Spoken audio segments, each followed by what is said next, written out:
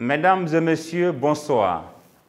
Aujourd'hui, nous avons eu 37 nouveaux cas positifs sur 502 échantillons testés, soit un indice de positivité de 7%, ce qui porte le nombre de cas confirmés en Guinée à 5211 depuis le début de la maladie.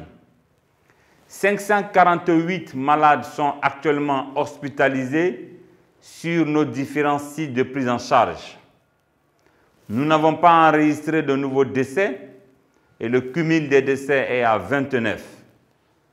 Heureusement, 93 personnes sont sorties guéries des différents sites de prise en charge, ce qui porte le total de personnes guéries de la COVID-19 en Guinée à 3 954 personnes. À la réanimation, 29 malades sont hospitalisés, dont 25 sont en soins intensifs. Et c'est le lieu pour nous de rappeler à tout un chacun de venir très tôt à l'hôpital lorsque vous êtes dépisté positif à la COVID-19. Ceci facilite la prise en charge et vous évite les complications.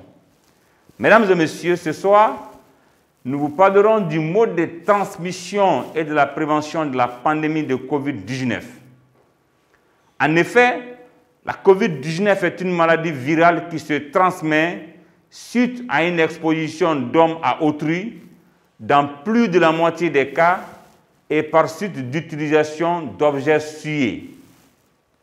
Ce qui veut dire que tout un chacun de nous est à risque dans ce contexte de transmission que la Guinée connaît actuellement, notamment à Conakry, Dubreka, Koya, Kindia, Boké et Fria.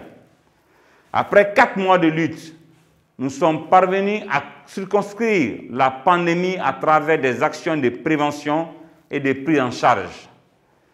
Ici, tout comme ailleurs, les mesures barrières ont été celles qui ont permis de limiter et contrôler la pandémie. D'aucuns ont opté pour un confinement global et contraignant pour la population. Contrairement à nous, nous avons opté pour les mesures simples et efficaces, à savoir le port du masque, la distanciation sociale, la limitation et l'encadrement des regroupements, l'isolement de Conakry du reste du pays. Bien que ces mesures ayant porté leurs fruits, nous n'avons pas encore atteint l'objectif ultime, qui est le contrôle total de cette pandémie qui sévit chez nous.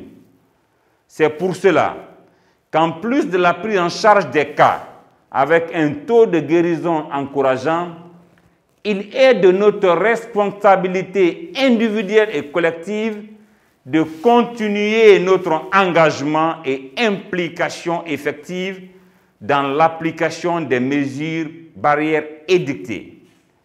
Le retour normal aux activités quotidiennes, l'organisation des cérémonies religieuses, le retour de nos enfants à l'école, nos loisirs et autres habitudes qui nous sont chères sont conditionnés aujourd'hui à la fin de la transmission locale, d'où cet appel à chacun de nous.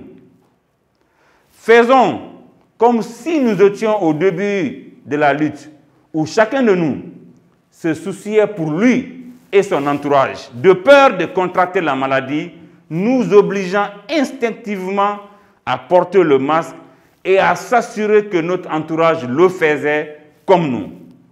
C'est à ce prix que nous allons gagner ce combat commun contre la COVID-19. Faisons des samedis et dimanches des occasions de sensibilisation dans nos familles, secteurs et quartiers pour admettre l'existence effective de la maladie et l'acceptation de l'application constante des mesures barrières. Jeunes, parents de famille, fonctionnaires, leaders d'opinion, religieux, hommes de culture, où que tu sois, la COVID-19 nous concerne tous.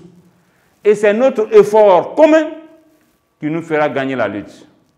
Ensemble, engageons-nous pour gagner cette lutte. Mesdames et messieurs, cet engagement passe par le lavage correct et régulier des mains à l'eau et au savon, ou l'utilisation du gel hydroalcoolique. Passe aussi par le port correct des masques, un masque qui couvre le nez et la bouche en présence de toute autre personne et l'exiger des autres personnes qui sont autour de nous. Le respect de la distanciation sociale pour se mettre à l'abri des postillons de salive. Mais aussi, rester à Conakry, ne pas aller à l'intérieur du pays quand on ne connaît pas son statut pour exposer nos concitoyens de l'intérieur du pays et apporter l'épidémie. Notre 115 est fonctionnel 24 heures sur 24, 7 jours sur 7. Ensemble, engageons-nous contre la COVID-19.